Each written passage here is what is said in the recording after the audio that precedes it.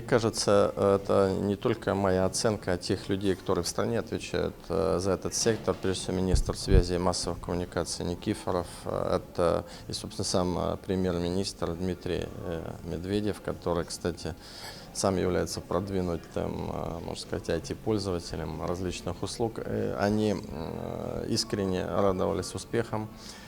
И тот факт, что на улицах Владикавказа на центральных есть Wi-Fi, это как раз достижение, которое характерно не для многих городов мира. Допустим, в Москве на Тверской нет, на Невском пока нет, может быть, появится.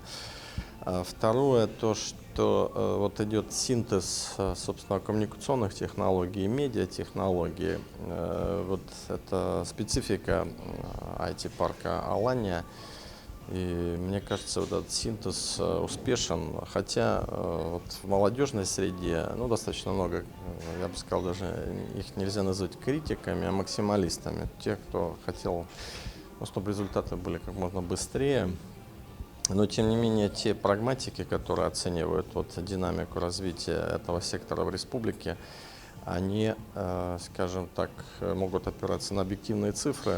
Допустим, по плотности Владикавказ занимает одну из лидирующих позиций именно интернета в России. С точки зрения продвижения такого продукта, как УЭК, универсальная карта, тоже, если не на первом месте, то, по крайней мере, можно смело сказать, что республика в первой десятке, а то, может быть, в призовом сегменте.